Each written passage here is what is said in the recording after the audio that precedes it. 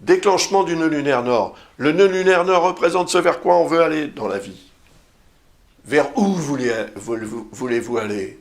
Quel est votre but? Quel est votre objectif? Quelle est votre destination? En avez-vous une?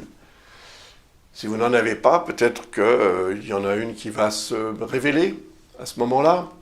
Mais si vous en avez une et que vous avez fait ce qu'il faut pour vous engager dans la réalisation, eh bien, c'est peut-être parce que vous aurez accepté de faire un sacrifice, entre guillemets, la régénération représentée par Pluton lorsque la Lune va arriver à la longitude de Pluton, qui vous permettra d'obtenir une réponse, en tous les cas, en ce qui concerne la direction à prendre et la façon d'aller vers cet objectif, ce but. Voilà. Ça, ce sera très fort pendant toute cette journée, parce qu'ensuite, la Lune va arriver à la longitude de Jupiter, et c'est dans la même journée, vous voyez, c'est le soir, il est 20h, 20h, heure, toujours pareil, heure universelle, le 11 juillet, la Lune arrive à la longitude de Jupiter. Et Jupiter n'est pas en aspect avec rien du tout. Donc Jupiter est tranquille dans le signe du Taureau, il va pouvoir s'exprimer. Et c'est représentatif de la notion de croissance, d'énergie positive. Jupiter représente quand même tout ce qu'il y a de bon à prendre dans la vie, c'est l'opportunisme et les opportunités. Jupiter, c'est la réussite.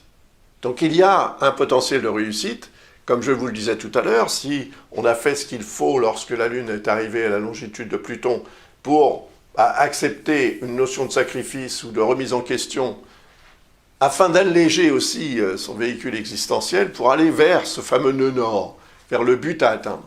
Si on fait ça, on arrive, lorsque la Lune arrive à la longitude du nœud nord, on arrive à un résultat.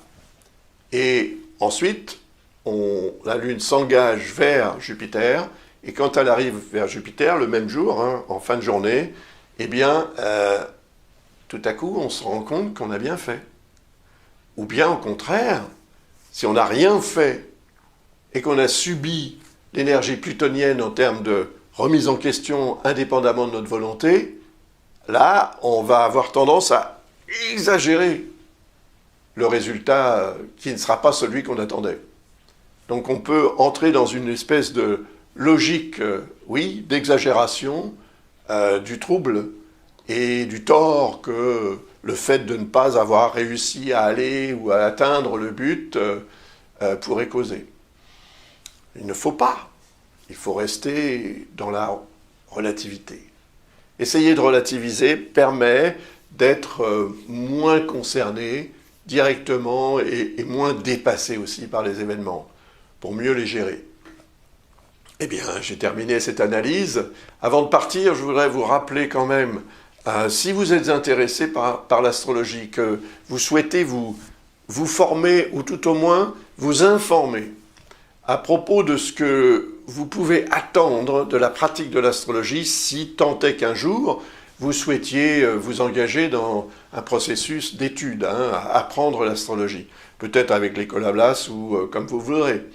Mais voilà, il y a un webinaire qui va avoir lieu très prochainement, auquel vous pourriez assister si vous le souhaitez, pour justement obtenir des informations utiles à propos de ce que l'astrologie peut vous apporter, peut apporter à tout le monde si on l'étudie de façon sérieuse.